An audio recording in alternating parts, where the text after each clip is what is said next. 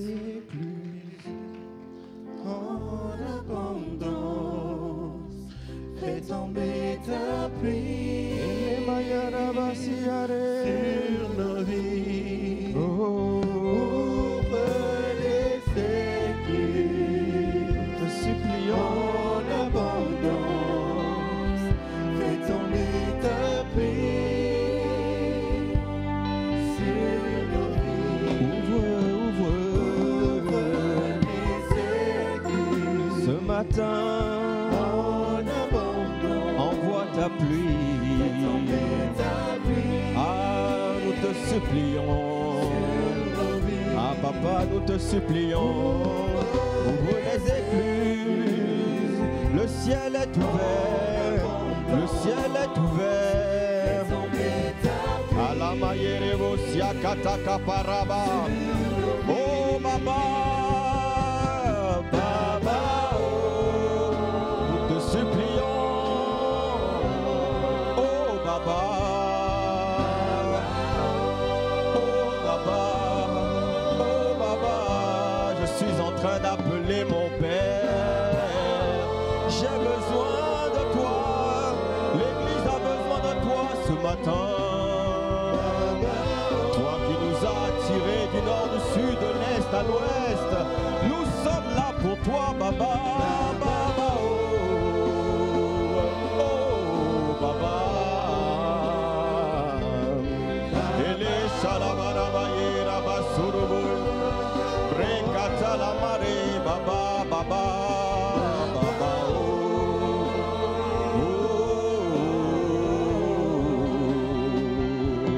Baba, toute l'église chante à l'unisson, Baba.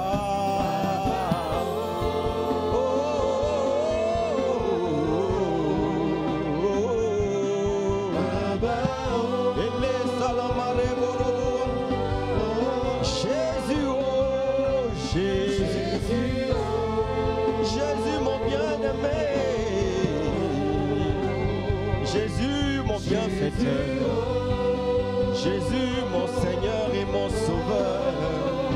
Oh Jésus, mon avocat, mon intercesseur, mon souverain sacrificateur.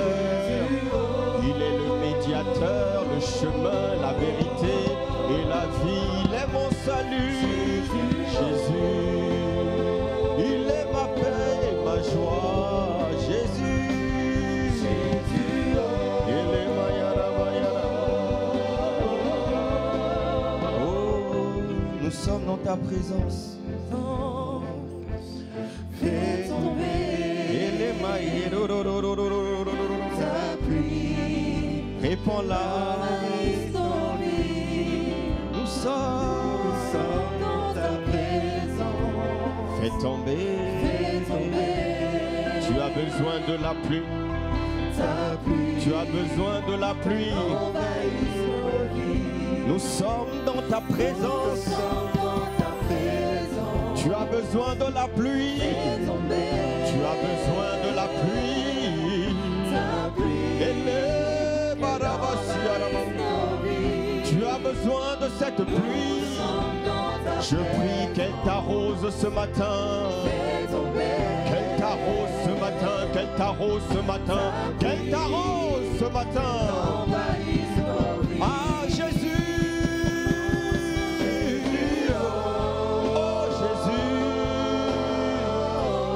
Oh Jésus. Et les baramarebo. Nous crions à toi Jésus. Ah, nous aimons ta présence. Nous trouver dans ta présence. Aya barabaraba sikata la mara. Et les skata. Oh Jésus. Ah je t'aime Jésus.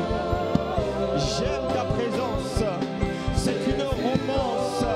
C'est une déclaration d'amour. Me voici dans ta présence. Je ne saurais être Seigneur ailleurs. J'aime ta présence. Le séjour de ta présence. Merci pour ce matin. Merci pour cette occasion de plus. Merci pour cette opportunité de plus.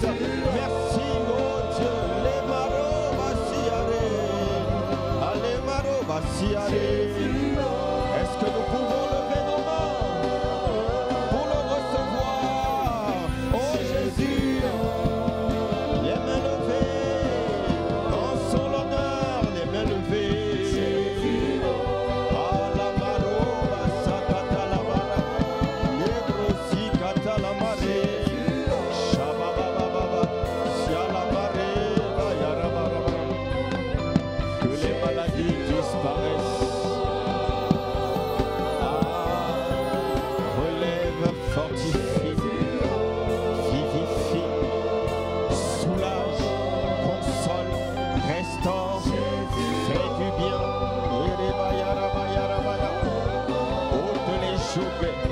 Enlève les fardeaux.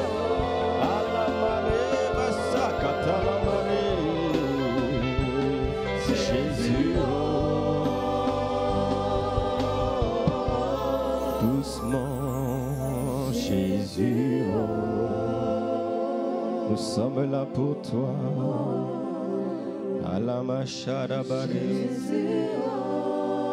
Magnifique présence de Dieu, excellente présence de Dieu. Nous sommes des incapables devant toi. Nous ne pouvons rien, nous ne savons rien, nous ne savons pas parler. Nous n'avons aucun mérite, Seigneur. Oh, nous n'avons pas cette capacité de nous tenir, Seigneur, devant ton peuple. Nous n'avons pas, Seigneur, cette force, Seigneur. Non, non, non, non.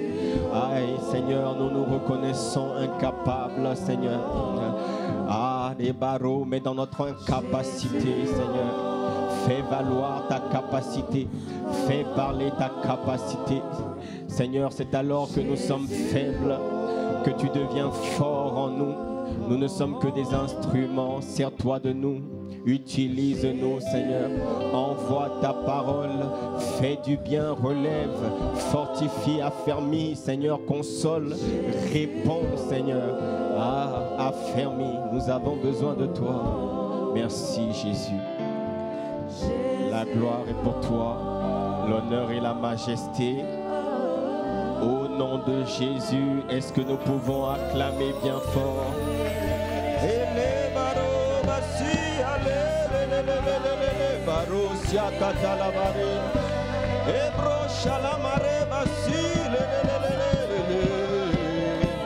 Lord, we worship you.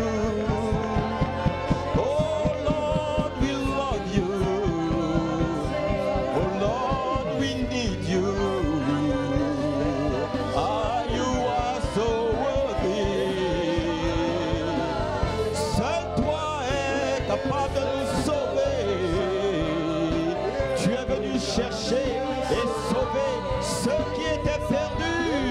Ah, nous t'aimons, Jésus. Honneur, louange à toi. Action de grâce, reconnaissance, appréciation, gratitude. Oh, les baroba, merci, Père. Merci, Père.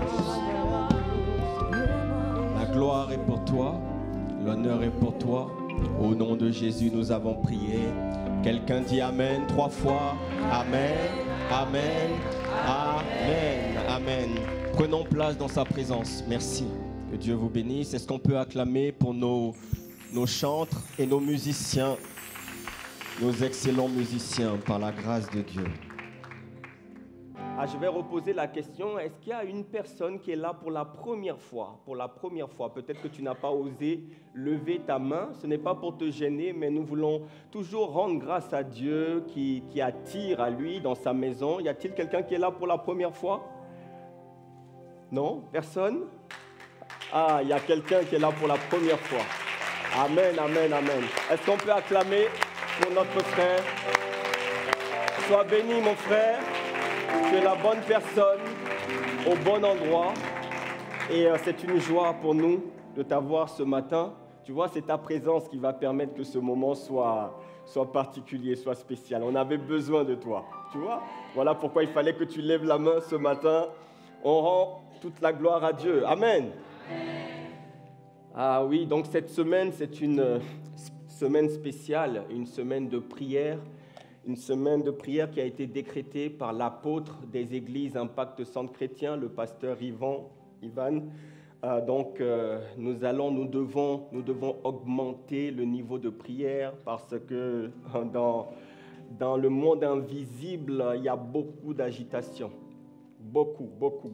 Le monde invisible n'est pas content et donc il faut relever le niveau de vigilance. Vous voyez, quand il y a la menace grandit dans une nation, on élève le niveau de vigilance, le vigipirate, vous voyez, élevé au niveau le plus élevé. C'est ce que nous allons faire cette semaine. Nous allons nous tenir à la brèche et nous allons prier, donc suivant le programme qui a été défini. Vraiment, je t'invite à te joindre toujours aux dynamiques de prière. Parfois, c'est difficile lorsqu'on est seul, mais lorsque tu sais que toute l'Église est là, engagée, vraiment, ça nous donne de la force. Ça nous pousse. Donc, on va se retrouver les matins de 5h à 6h, le midi de 12h30 à 13h30 et également le soir, ça sera en présentiel.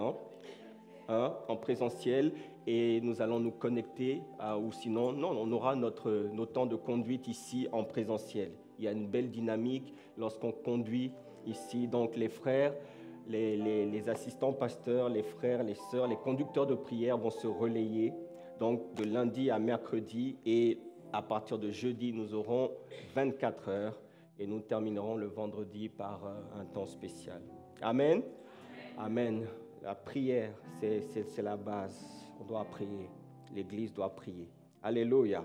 Alors, le thème que nous suivons, les thèmes, je dirais, 2 thèmes tout au long de cette année 2024, c'est manifester la nature divine, manifester le Christ, et c'est ce que nous voulons tous. Nous voulons vraiment que le Christ soit pleinement formé en nous, et nous voulons aussi donc vivre cette moisson abondante qui a été annoncée par la bouche de notre Père dans la foi, l'apôtre, le pasteur Yvan, et nous rendons grâce pour le prix qu'il paye au quotidien. C'est une grâce, c'est une bénédiction pour ICC, mais au-delà d'ICC, pour tout le corps de Christ. Amen. Nous avons un bon Père dans la foi, vraiment. Les amis, soyons conscients de cela et ne prenons pas ça pour acquis. Soyons toujours reconnaissants à Dieu et prions pour lui. Prions, parce qu'ils sont très exposés, très attaqués, très combattus. Mais il y a une grâce, une grande grâce qui repose sur leur vie. Amen. Et si nous sommes là aujourd'hui, c'est vraiment parce que le Seigneur est passé, le Seigneur nous a connectés à eux et nos vies ont été complètement changées. L'apôtre Ivan et l'apôtre Yves sont très complémentaires. C'est spécial, hein? Parfois, ce que l'un ne te donne pas, tu vas le trouver chez l'autre. Vous voyez, ils sont très complémentaires et en tout cas, ils ont été une grande source de transformation, de bénédiction dans ma vie. En réalité, si je suis ce que je suis, c'est parce que Dieu est passé par ces hommes-là et je serai toujours reconnaissant pour ça. Quelqu'un dit Amen. Est-ce qu'on peut encore acclamer le Seigneur pour nos pères dans la foi? Acclame, acclame, acclame, acclame, acclame, acclame. La grâce qui repose sur leur vie te localise, te localise, te localise. Au nom de Jésus. Alors, la Bible compare très souvent la vie du croyant à un édifice, à une construction.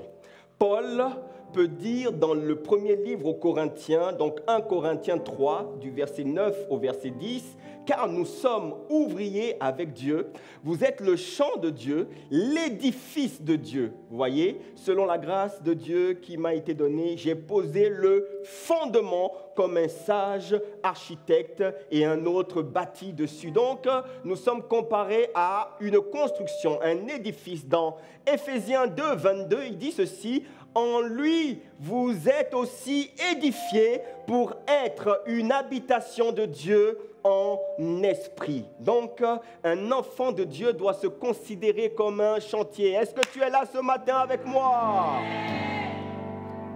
Je ne veux pas voir tes yeux dans le vague. Sois là, là, là, là. Dis à ton voisin, là, sois là. Et s'il te plaît, aide-moi, surveille ton voisin ou ta voisine. Vous ne dormez pas ici, c'est ICC Toulouse. Faut dormir tôt le samedi soir. C'est pourquoi tu dois te considérer comme un chantier. Moi, je suis un chantier. L'apôtre Paul était un chantier. Il a dit, je n'ai pas encore atteint la perfection. Et moi aussi, je n'ai pas, je suis loin, mais très loin d'avoir atteint la perfection. Mais je continue et nous continuerons toujours tous à courir jusqu'à la fin. Alléluia. Alléluia. Et nous avons vu que la partie la plus importante d'une construction, ce sont ses fondations, c'est-à-dire les structures physiques qui permettent de supporter le poids et la charge de la construction. Si les fondations ne sont pas prévues pour supporter le poids, elles finiront, en fait, tout l'édifice finira par s'écrouler. Et donc les choses naturelles nous enseignent également sur les choses spirituelles. Et donc nous pouvons faire le parallèle avec la vie du croyant. Nous pouvons faire le parallèle avec ta vie et ma vie, parce que nombreux sont ceux qui forment le projet de construire une vie spirituelle puissante, une vie de prière, une vie où on veut servir Dieu, une vie où on possède tout l'attirail du bon chrétien, le langage du chrétien, le patois de Canaan. Frère, que Dieu te bénisse. Oh, alléluia, gloire à Dieu. Par la grâce de Dieu, Dieu est fidèle. Tu vois, beaucoup veulent bâtir une vie.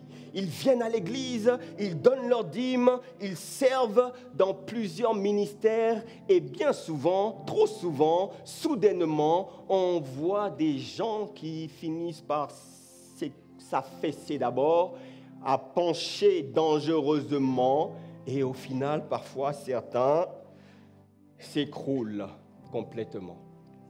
Est-ce que vous avez déjà rencontré ce genre de choses? Non, jamais? Jamais, hein? Vous êtes... ouais. Bon, vis encore un peu et tu comprendras de quoi je parle. Mais parfois, il y a des gens que vous pensiez solides, matures, consistants, et puis vous êtes étonnés, surpris de le voir soudainement s'écrouler. Il était tellement bien. Oh, la sœur là! Mais non, quand je la voyais prier, c'est comme si le ciel était sur la terre. Oh, elle prie tellement bien. Elle adore tellement bien. Elle intercède tellement bien. Oh, mon ami, ça ne veut rien dire. Ça ne veut... Ouais, ne te fie pas aux apparences. Les gens, parfois, paraissent spirituels, ils paraissent matures, ils paraissent consistants, jusqu'à ce qu'un petit vent vienne souffler et les balayer. Vous voyez, la construction se mesure avec le temps et avec le temps. La construction se mesure avec le temps et avec le temps. Le premier temps, dans la durée. La construction, la durée, la solidité, la stabilité, la durabilité, c'est dans le temps qui passe. Après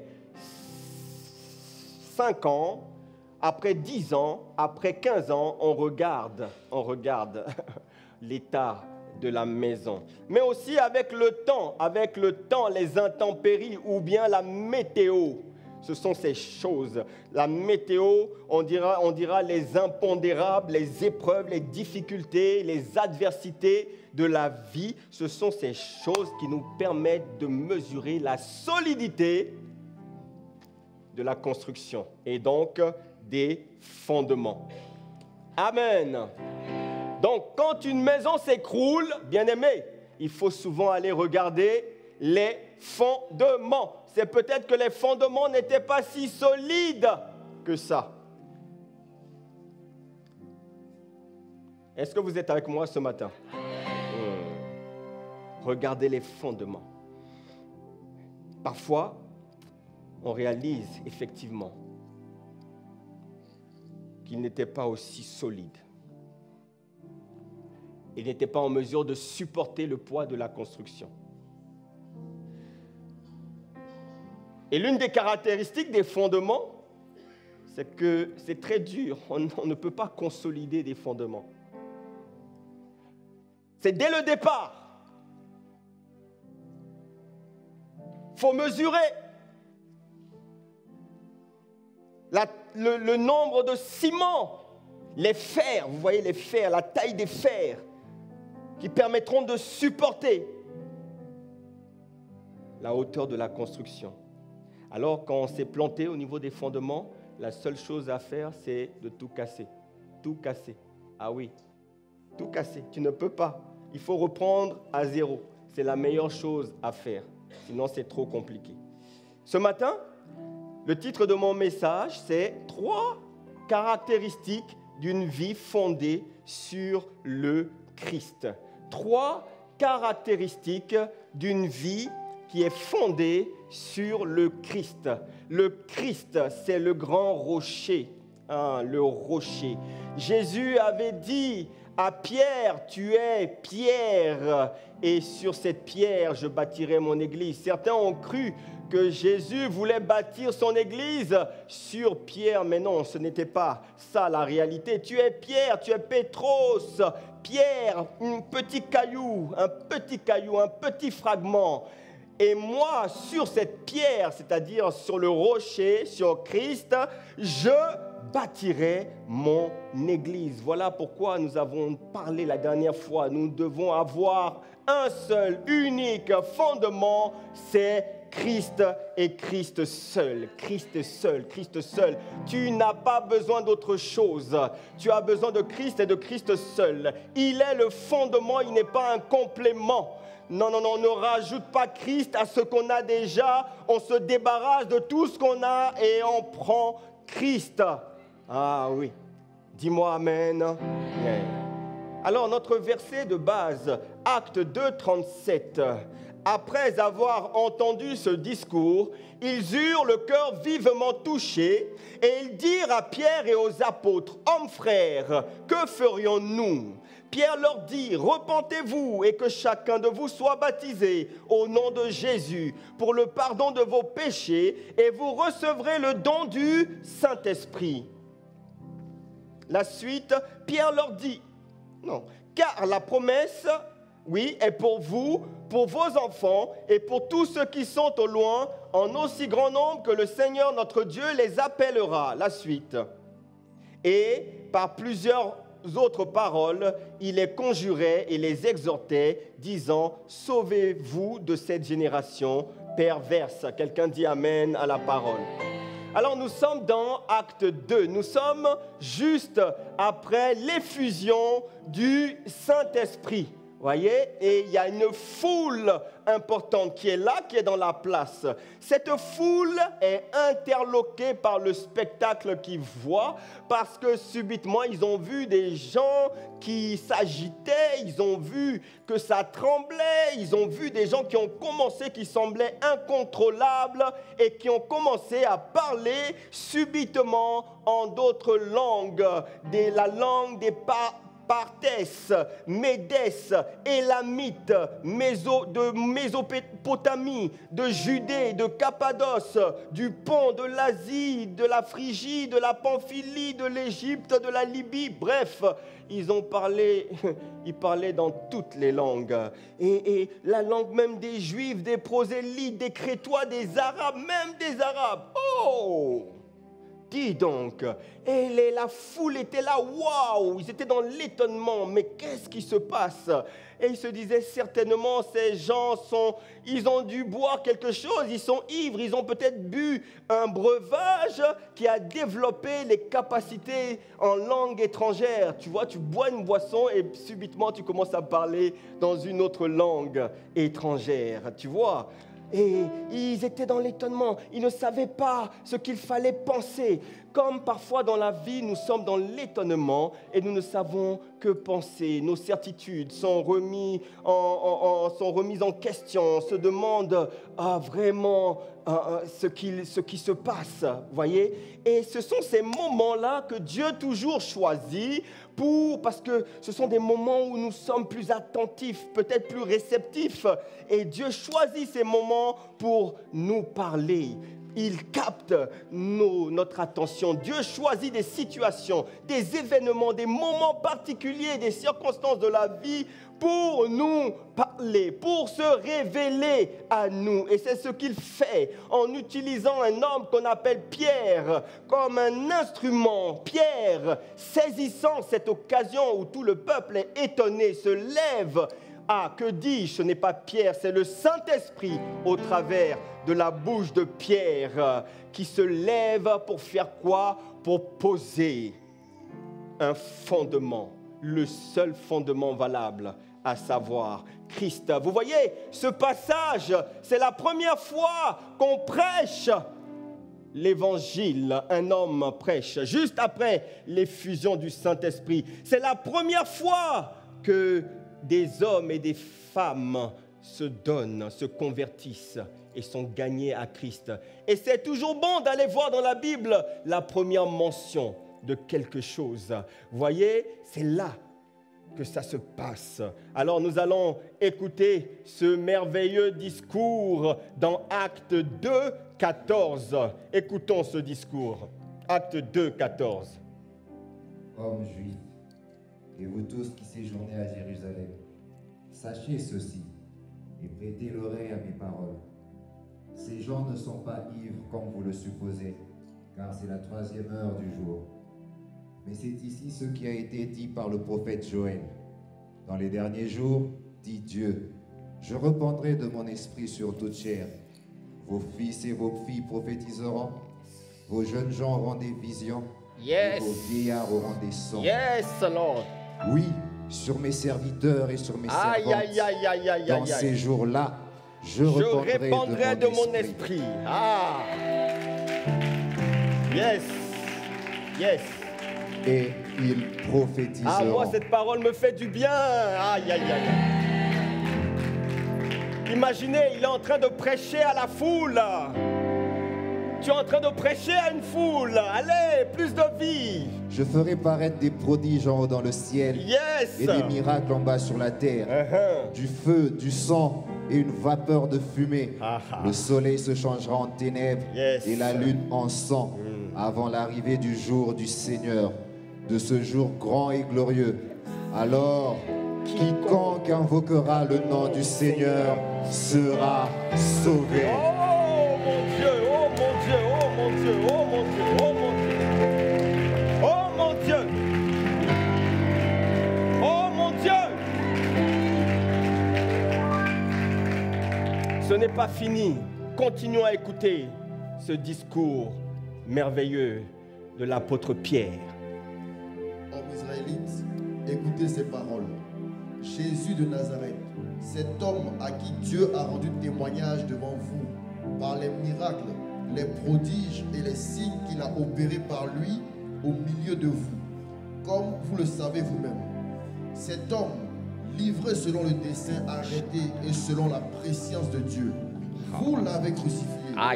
Vous l'avez fait mourir par la main des impies. Dieu l'a ressuscité en le délivrant des liens de la mort.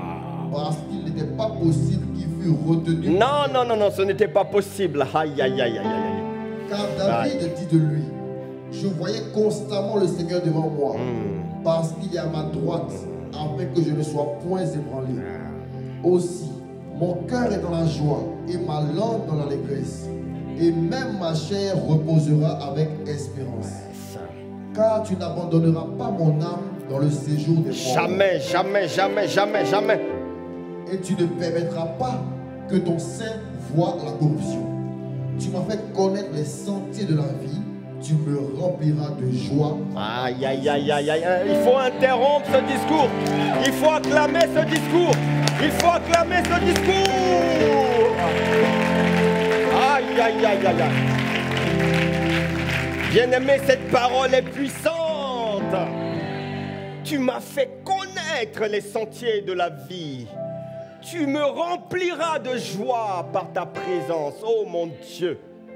Oh mon Dieu. Alors c'était tellement fort qu'on a interrompu un peu Pierre. Mais Pierre, s'il te plaît, continue. Nous voulons la fin de ce discours. Acte 2, 29. Hommes frères, qu'il me soit permis de vous dire librement au sujet du patriarche David, qu'il est mort, qu'il a été enseveli et que son sépulcre existe encore aujourd'hui parmi nous. Comme il était prophète et qu'il savait que Dieu lui avait promis avec serment de faire asseoir un de ses descendants sur son trône, c'est la résurrection du Christ qu'il a prévue et annoncée en disant qu'il ne serait pas abandonné dans le séjour des morts et que sa chair ne ferait pas la corruption. C'est ce Jésus que Dieu a ressuscité. Nous en sommes tous témoins. Yes. Alléluia. Élevé par la droite de Dieu, il a reçu du Père le Saint-Esprit qu'il avait été promis et il l'a répandu comme vous le voyez et l'entendez.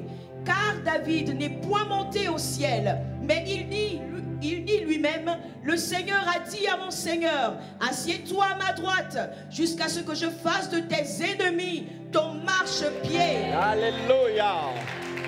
Écoutez bien la conclusion. Que toute la maison d'Israël sache donc avec certitude que Dieu a fait Seigneur et Christ, ce Jésus que vous avez crucifié. Est-ce qu'on peut acclamer le Seigneur pour sa... Ah, s'il te plaît, acclame le Seigneur pour sa parole. Acclame le Seigneur pour sa parole.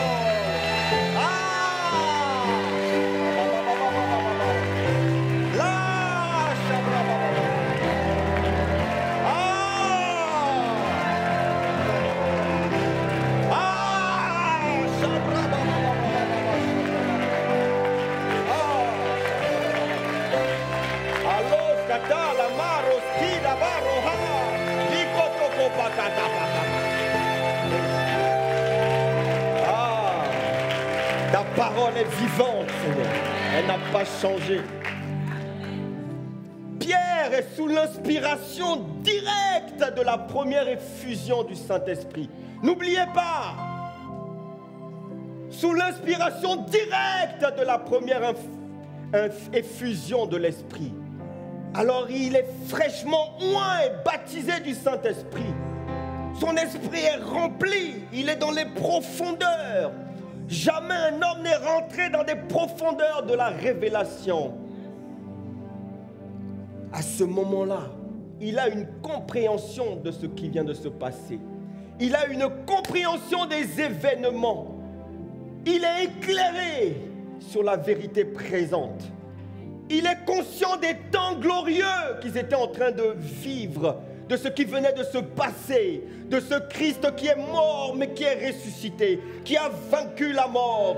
Il était conscient que le Seigneur venait de libérer le Saint-Esprit qui avait été promis. Waouh! Et il parle. Il discerne les réalités spirituelles cachées derrière les événements naturels.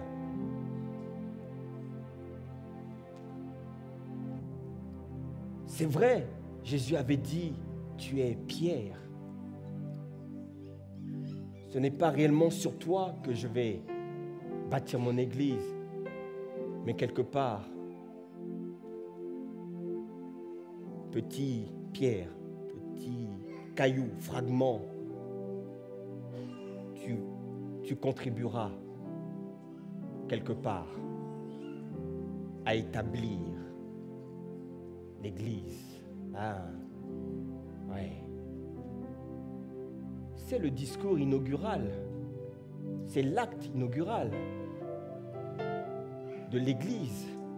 C'est là que tout a commencé. Oh Seigneur, conduis-nous dans les profondeurs de ta révélation. Conduis-nous dans les mystères de ta révélation, comme Pierre, soudainement. Emmène-nous dans tes profondeurs. Emmène-nous à saisir les choses que nous ne saisissons pas par les yeux physiques. Amène-nous à comprendre les temps, les saisons, les circonstances. Qu'est-ce qui se passe maintenant? La vérité du moment. Emmène-nous, s'il te plaît. S'il te plaît. Alors ce message est un message unidirectionnel. C'est un message qui nous emmène, qui nous tourne, qui ramène nos cœurs, qui dirige nos cœurs vers une seule personne, le Christ, à savoir le Christ crucifié, mais surtout le Christ ressuscité. C'est le cœur du message de l'Évangile. Alléluia. Et c'est ce message, bien-aimé, que nous devons prêcher.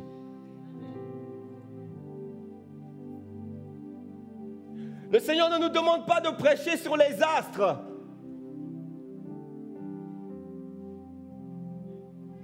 Sinon, on va faire de l'astrologie. Le cœur du message de l'Évangile, c'est Christ. Et sa conclusion, c'est que Dieu a fait Seigneur et Christ, le Messie, loin, le libérateur, ce Jésus que vous avez crucifié. Vous voyez, pour la première fois, le peuple de Dieu est exposé, soumis à la puissance de la prédication, c'est-à-dire la parole proclamée. Nous sommes tous le fruit de la prédication. Tous. Alléluia. À un moment donné, il y a eu un point de départ. Vrai ou pas vrai? Il y a quelqu'un qui t'a parlé, bien-aimé. Quelqu'un t'a parlé. Quelqu'un t'a parlé. Tu n'es pas venu tout seul au Seigneur. Quelqu'un a osé te parler. Peut-être que tu avais le front fermé. Peut-être que tu as repoussé la personne. Peut-être même que tu l'as insultée. Mais elle a osé te parler. Elle a planté et déposé en toi une graine, une semence, et qui a fini par produire du fruit, un fruit digne de repentance. Quelqu'un dit Amen. C'est ça la prédication, c'est l'acte de proclamer à voix haute, de diffuser les enseignements, les messages, la parole de Dieu, dans un but d'évangélisation ou dans un but d'édification. Alors, quiconque le fait devient un prédicateur. Quelles que soient les voies, les moyens, les canaux que tu utilises, ça fait de toi un prédicateur. Et il y a une puissance dans la prédication. Ouais, sache une chose. Chaque fois que tu annonces, chaque fois que tu diffuses, chaque fois que tu partages la bonne nouvelle, l'évangile, tu deviens un prédicateur de la parole. Donc le prédicateur, ce n'est pas celui qui se tient sur la chair, c'est celui qui proclame la parole. Alléluia. Bon, acclame le Seigneur pour ton voisin. Dis-lui, cher prédicateur, chère prédicatrice. Mais c'est ce que tu es. C'est ce que tu es. Le prédicateur, ce n'est pas celui qui se tient sur la chair, non. Non, non, non. C'est celui qui clame, qui proclame en tout lieu, en toute occasion, la parole de Dieu. Alléluia.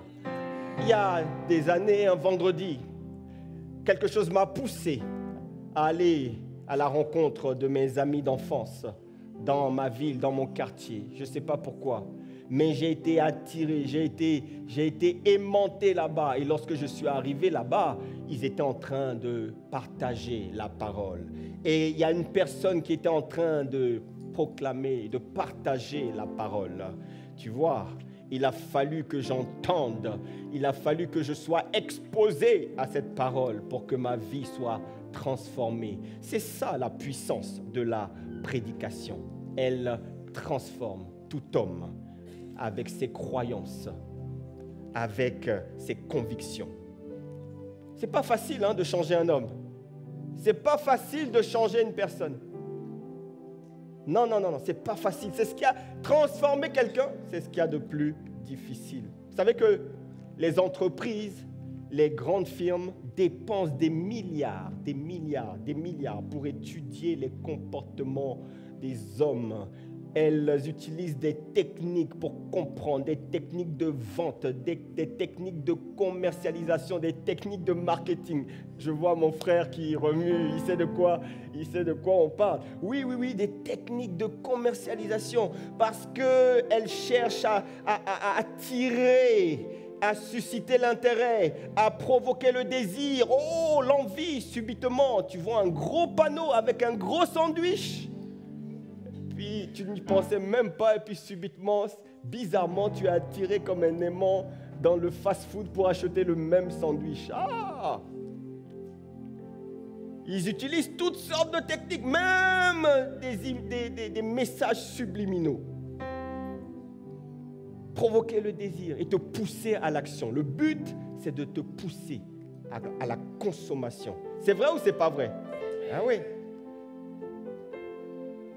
Comment emmener les hommes à prendre telle ou telle décision? Alors on étudie les besoins, on essaie d'apporter la réponse à ce besoin, on étudie le marché, l'offre, la demande, etc.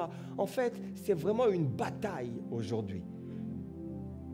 Toute forme de stratégie, de communication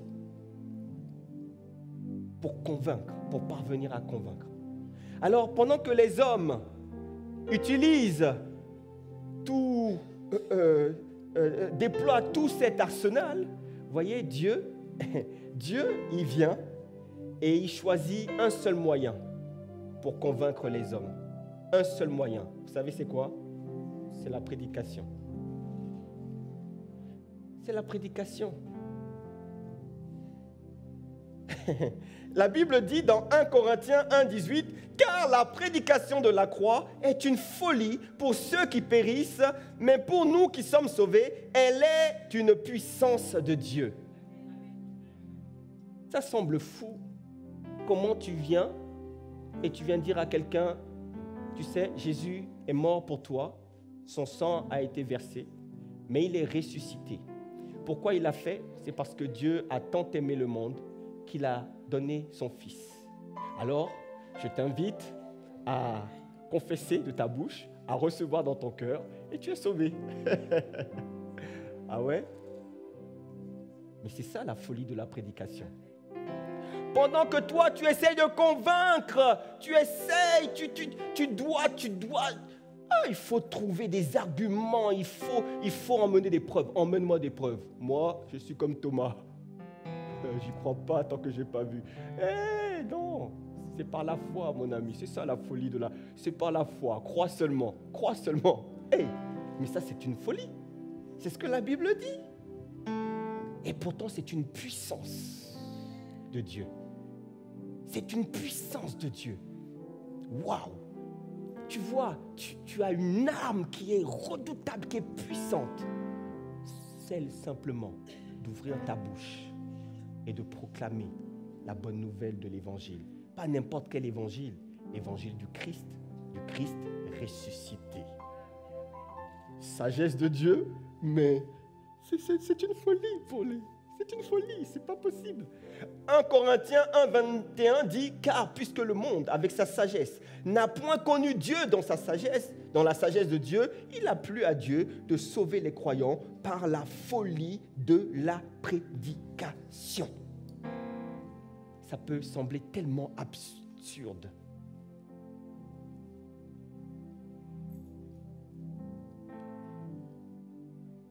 C'est vrai ou c'est pas vrai? C'est vrai ou c'est pas vrai? Mais elle est une puissance de Dieu. Elle est la manifestation. Et la sagesse humaine est dépassée par la sagesse de Dieu. Dieu choisit de sauver les croyants par ce qui peut sembler être une folie à leurs yeux, aux yeux du monde.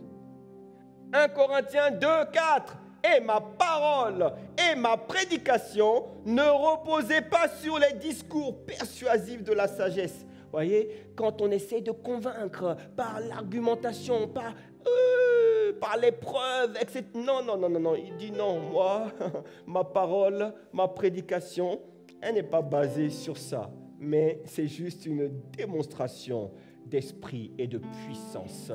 Quand tu envoies, tu parles, le Saint-Esprit utilise la parole pour toucher, pour percuter le cœur de celui qui t'entend. Alléluia. Seule la parole, la prédication de la parole a cette capacité de pénétrer les cœurs et de changer, de transformer les vies. Il n'y a pas besoin de preuves matérielles, il n'y a pas besoin de voir. C'est par la foi. Ah oui, oui, oui. Oui, oui. Moi, j'ai gobé ça. J'ai gobé par la foi. Est-ce que tu as gobé ça? Est-ce que tu as gobé ça? Alléluia. Alléluia. Alors c'est ce qui se passe là. La Bible dit qu'ils eurent le cœur vivement touché. C'est-à-dire que lorsque Pierre a fini sa prédication, waouh! Ce n'est pas l'intelligence qui était touchée. Quand tu finis une prédication et on te dit, ah, waouh, c'était très, très bien structuré, très, ouais, non, c'est le cœur. La parole, elle doit pénétrer ton cœur. C'est le cœur qui doit être touché. Les cœurs étaient vivement touchés. C'est ça le résultat de la puissance de la prédication. Nous avons tous été exposés à ça. Bien-aimé, ton cœur n'a-t-il pas été touché un jour dans ton parcours quand tu as entendu l'évangile? Amen. Est-ce que tu t'en souviens encore? Moi, je n'ai jamais oublié. Ton cœur a été touché. Ils ont eu le cœur vivement touché. La Bible dit que c'est en croyant du cœur qu'on parvient à la justice. Et c'est en confessant de la bouche qu'on parvient au salut. Il faut, c'est dans le cœur, dans le cœur. Une autre version dit, car celui qui croit dans son cœur, Dieu le déclare juste. Celui qui affirme de sa bouche, Dieu le sauve. La puissance de la prédication ne te pousse pas à la consommation. Non. Elle apporte en toi une transformation totale. Quelqu'un me dit Amen. Ouais, je me souviens, pendant les premiers mois de ma conversion, je passais mon temps à pleurer. Pleurer dans ma chambre, je vous assure, pleurer. Conscient de l'amour de Dieu, ce que Dieu a fait pour moi. Ouais, aujourd'hui, on n'a plus envie de pleurer, ouais, mais bon, c'est ça, on a pleuré. Ouais. Je passais mon temps à pleurer, je m'enfermais dans ma chambre et les larmes me coulaient. Vous savez, très jeune, j'ai eu une expérience, enfin, peut-être que d'autres l'ont eu, à l'époque, je me rappelle qu'à Pâques, on passait toujours le film Jésus. Tu vois, Jésus, et on voyait, il y avait différentes versions de ce film, on voyait toute la passion du Christ jusqu'à sa mort, etc. Et je ne sais plus, vers l'âge de 13-14 ans, j'ai regardé ce film. Et quand le film était fini, j'étais inconsolable. J'ai pleuré. Et je me rappelle, je ne connaissais pas le Seigneur. Hein. Je n'étais pas converti du tout, mais pas du tout. Sauf que ma maman me forçait chaque dimanche à venir à l'église. Voilà. Et donc, j'étais dans ma chambre, j'ai pleuré. Et j'ai dit à Dieu, mais pourquoi ils ont fait ça? Pourquoi ils ont fait ça? Je crois que Dieu a vu mon cœur à ce moment-là. Vous voyez, il y a des choses parfois qui vous arrivent et vous, sans connaître la suite, sans connaître le futur. Mais il y avait déjà là une sensibilité, vous voyez. Et donc, à ma nouvelle naissance, en fait, j'étais comme un bébé nouveau-né. Un bébé, qu'est-ce qu'il fait? Il pleure. À la naissance, il pleure. C'est vrai ou c'est pas vrai? Eh bien oui, moi, à ma nouvelle naissance, et je sais que d'autres, beaucoup parmi vous, ici, je pleurais. Mon cœur était touché.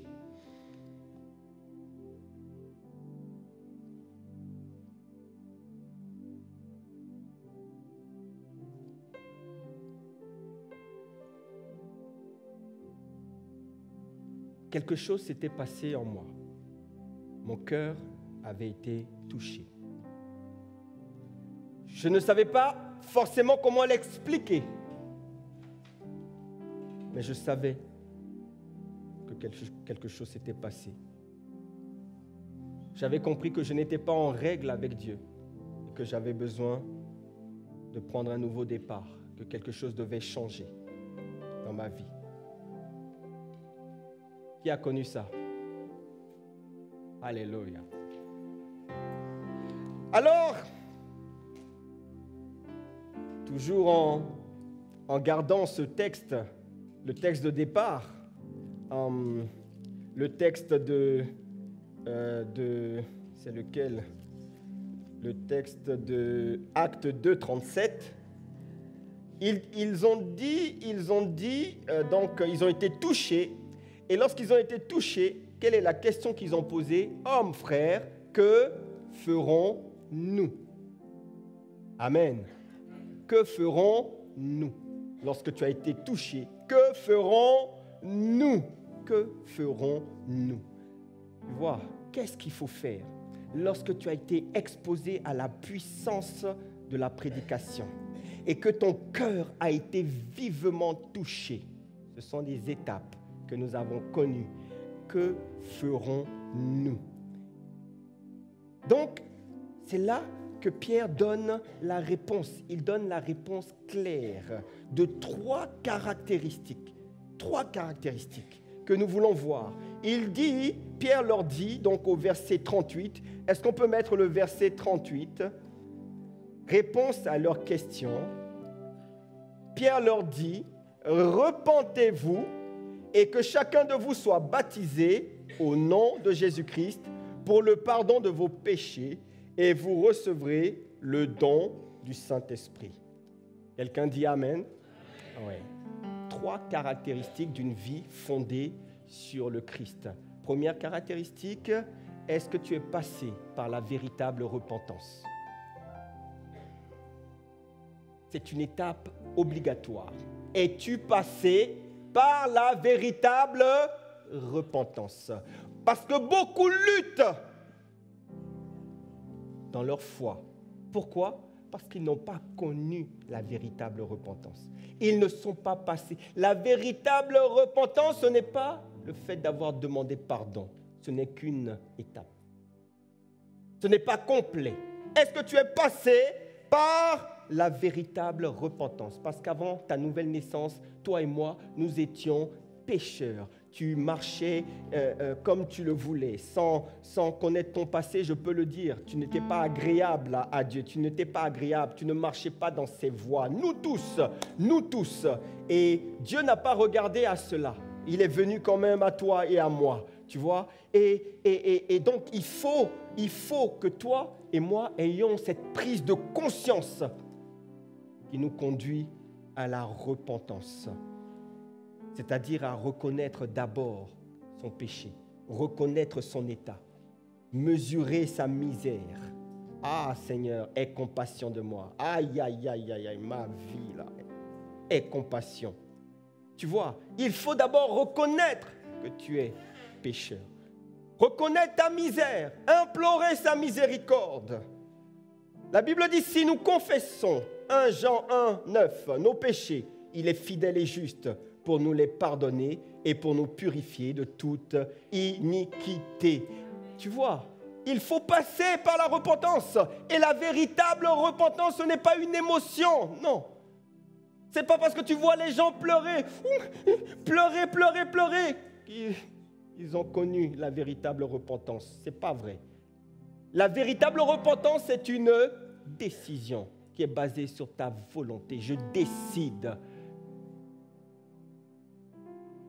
Repentance, c'est le mot métanoïa, repentance. Ça veut dire changer d'état, changer d'avis. C'est le mot grec. Changer d'avis. Changer d'avis. J'ai vu trop de gens pleurer. Le dimanche passé, il pleurait. Mais le dimanche suivant, il n'est plus là. Il a oublié de venir à l'église. Ça ne veut rien dire. Les chrétiens, ah là là, dans la présence de Dieu, tu vois, avec le son du piano, tu vois.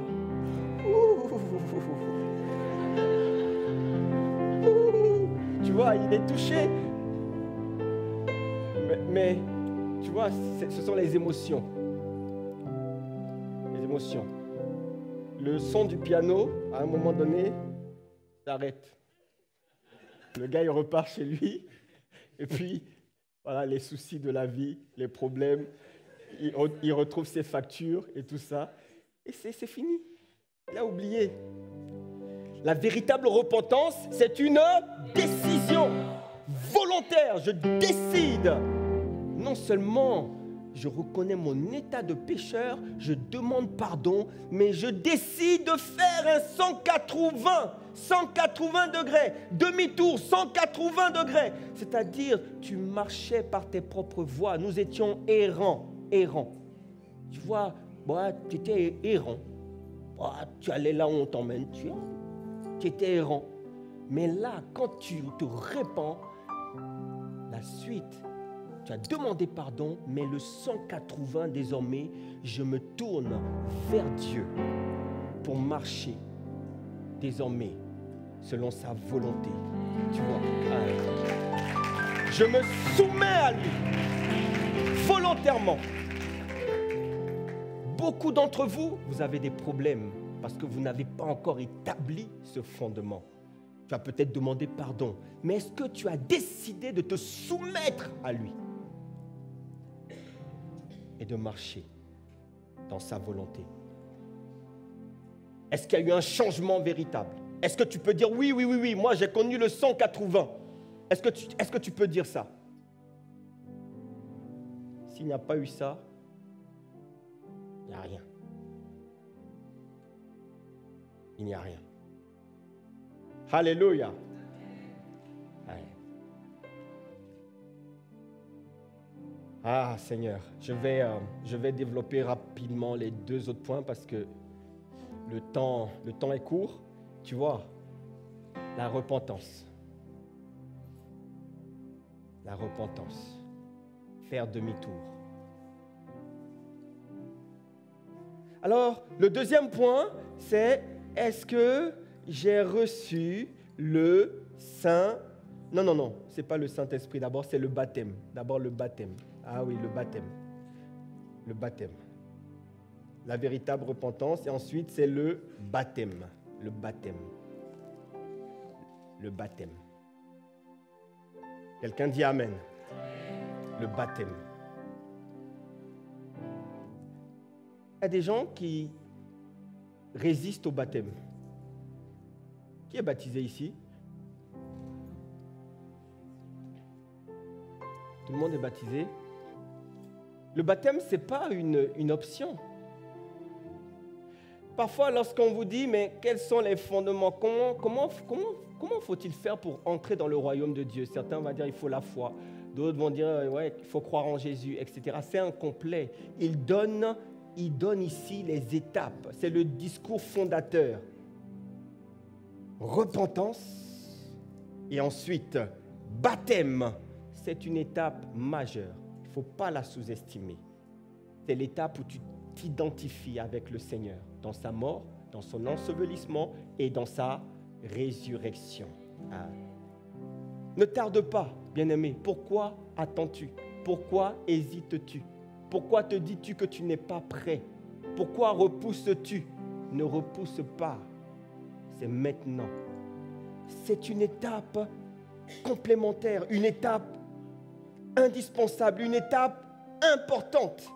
Pierre, il dit, repentez-vous et que chacun de vous soit baptisé. Jésus, son dernier message, le plus important qu'il nous laisse, il dit, allez, faites de toutes les nations des disciples, les baptisant. La preuve qu'un homme est disciple, c'est qu'il est passé par les eaux du baptême. Si tu as juste accepté le Seigneur, tu n'es pas passé par les eaux du baptême, tu n'es pas disciple. Tu es, je ne sais pas, tu es dans une zone un peu floue là, je ne sais pas trop. Il faut se baptiser. Prends la décision, n'attends pas. N'attends pas. On n'est jamais prêt pour quoi que ce soit. Pour un moment, on décide et on obéit. Passe par les eaux du baptême. C'est un fondement important. Est-ce que je parle à quelqu'un ce matin? Lorsque tu ne le fais pas, tu fragilises ton fondement. Enfin, repentez-vous, baptisez-vous et soyez remplis du Saint-Esprit. Le baptême d'eau, ensuite le baptême du Saint-Esprit. Bien-aimé, si tu veux questionner tes fondements, tu dois te poser ces 3 questions aujourd'hui. Où est-ce que tu en es? Est-ce que tu es passé par la véritable repentance? 1. 2. Est-ce que tu es passé par les eaux du baptême? Ce sont les fondements. Ce sont les fondements. Quand on dit les fondements en Christ, c'est ça les fondements. Est-ce que tu as renoncé aux œuvres mortes, aux péchés pour suivre Dieu, pour lui obéir? Est-ce que tu es passé par là, les eaux du baptême? Et est-ce que tu as reçu le Saint-Esprit? Tu ne peux pas, un enfant de Dieu ne peut pas se priver de ce don merveilleux du Saint-Esprit. Tu te prives de la quintessence de la vie chrétienne, le baptême du Saint-Esprit. Alléluia! Et le signe distinctif de ce baptême, c'est le parler en langue. Oui. Et beaucoup ont des problèmes parce que vous avez des raisonnements. Et c'est vous-même qui bloquez le parler en langue. Le signe distinctif du baptême, du revêtement. Tu vois, le Saint-Esprit vient sur toi, il te remplit. Ensuite, il y a le débordement et l'effusion. C'est ça. Et là, tu vois, quand ça déborde, il faut évacuer. L'évacuation, c'est c'est ça le baptême du Saint-Esprit. Mais c'est vrai.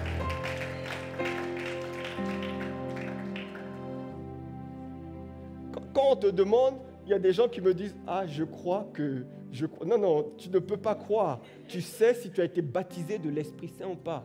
Ah non, des fois, je prononce des mots un peu bizarres, mais non, mon ami.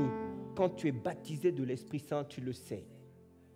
Bien-aimé, si tu n'es pas encore baptisé, il manque quelque chose dans ton fondement. Ton fondement est fragilisé. Ah oui, ça veut dire que l'édifice peut s'écrouler à un moment donné. Tu as besoin du revêtement de l'Esprit, le baptême du Saint-Esprit. Tu dois le demander, tu dois aspirer. Chaque fois qu'on prie pour le baptême du Saint-Esprit, tu dois demander. Et ça vient, bien-aimé, j'en suis un témoin. Au début de ma vie chrétienne, moi j'ai mis du temps à parler en langue. Et je voyais mes frères très vite. Pasteur Christian, son frère, il parlait rapidement en langue. Et ils aimaient, justement, quand on avait les réunions, toujours, ils étaient là à parler. Et moi, j'étais là. Oh. Merci Seigneur, merci, gloire à toi, merci Seigneur. J'étais frustré. Et j'ai dit non. Alors j'ai commencé à le demander dans la prière. Seigneur, s'il te plaît, je veux aussi expérimenter cette bénédiction, cette grâce. Et prier. Et je me rappellerai toujours. Ce soir-là, j'étais dans ma chambre parce que, tu vois, au début de ma foi chrétienne, je partageais un logement avec un ami qui n'était pas dans le Seigneur. Donc, j'étais tout le temps enfermé dans ma chambre, tout le temps, parce que la cohabitation était compliquée. Et dans cette chambre, tranquillement, dans la présence de Dieu, subitement, j'ai commencé à parler en langue. Sho Karabashi. C'était ma première phrase. Sho Karabashi. Sho Karabashi. Qu'est-ce qui m'arrive là? De quoi je parle? Et ma bouche, Sho Karabashi, Sho Karabashi, Sho Karabashi. Oh! J'ai été baptisé en langue. Et je me rappelle que le vendredi suivant, lorsqu'on s'est retrouvés pour les temps de partage, de prière, quand ils ont commencé à parler en langue, alors moi aussi, Sho Karabashi, Sho Karabashi. Et le pasteur Christian, il me regarde, il dit « Ah, donc le gars là, il a été baptisé. Mais à quel moment il a été baptisé? Ah oui, j'ai été baptisé dans ma chambre, j'ai été baptisé. » Tu as besoin, bien-aimé, tu as besoin du Saint-Esprit. Tu as besoin. Il te recharge, tu t'édifies toi-même. Il te fait prier les prières que Dieu veut entendre, les prières alignées sur ta destinée, sur la volonté de Dieu. Tu ne peux pas te priver. Ces 3 fondements devront être visibles. Es-tu passé par la véritable repentance? Es-tu passé par les eaux du baptême? Es-tu passé par le baptême du Saint-Esprit? Je prie que ce soit le partage de tout un chacun, afin que tes fondements soient solides en Christ. Est-ce qu'on peut se tenir debout dans sa présence?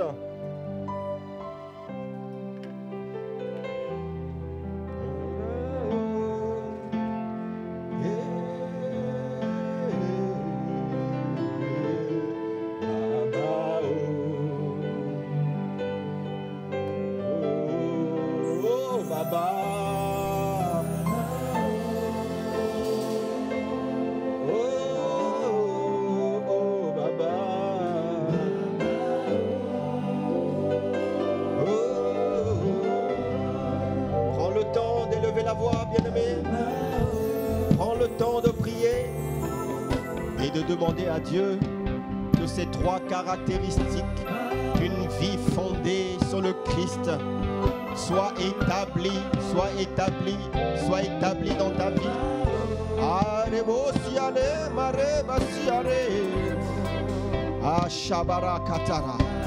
Nous te prions, Seigneur, pour la véritable conversion. Nous te prions, ô Père, pour le baptême d'eau. Nous te prions pour le baptême du Saint-Esprit. Établis ces fondements, nous te supplions. Oh chéri marabaro siarabare. Oh baba. Peut-être que tu n'avais pas pris la décision. Peut-être que tu n'étais pas passé par la véritable repentance. Ce matin, décide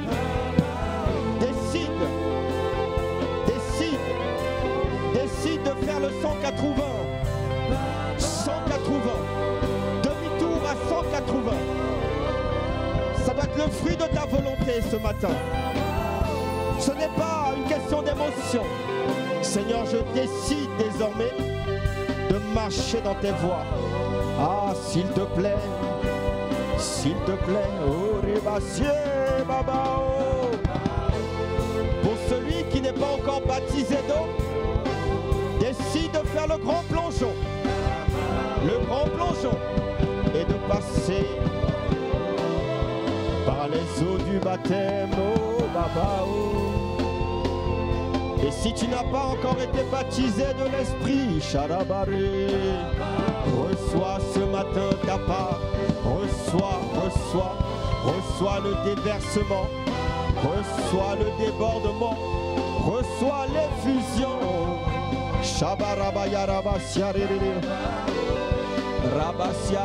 Seigneur, viens établir ces fondements en nous. Viens établir ces fondements. Viens les consolider. Viens les consolider. Viens les consolider. Nous te supplions. Merci Père. Merci Jésus. Rapidement, avant de passer le micro, je voudrais quand même faire un appel ici ce matin, tu sais, pour que ces fondements soient valables, établis dans ta vie. Il faut d'abord un préalable. La foule a eu le cœur touché. Ils ont eu le cœur touché. Et ils ont posé la question, que devons-nous faire? Ce matin, alors que tu as été exposé à la prédication de la parole, prédication de l'évangile, j'aimerais te donner l'opportunité, la possibilité de recevoir ce Jésus-Christ dans ta vie. Ce Jésus-Christ qui est le seul capable de te sauver et de te conduire dans l'éternité. Ta vie ne s'arrête pas sur la terre. Il y a une éternité qui t'attend.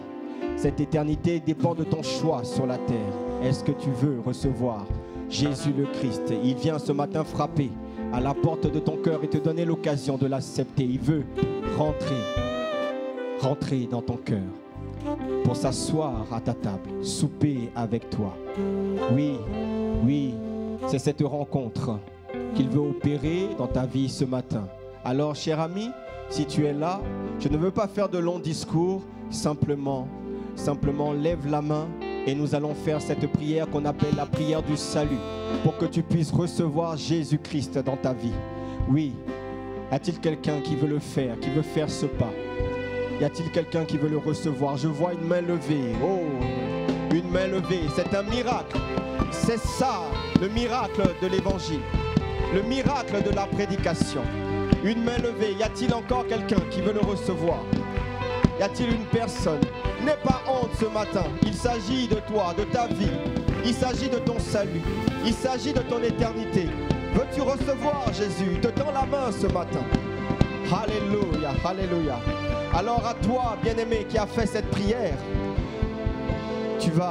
nous allons, et l'Église, vous allez m'accompagner.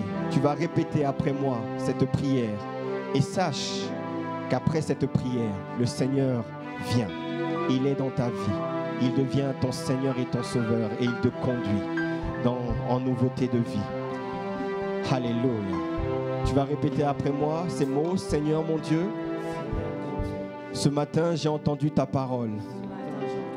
Et j'accepte de te recevoir dans mon cœur. Je reconnais que tu es le Seigneur et le Sauveur.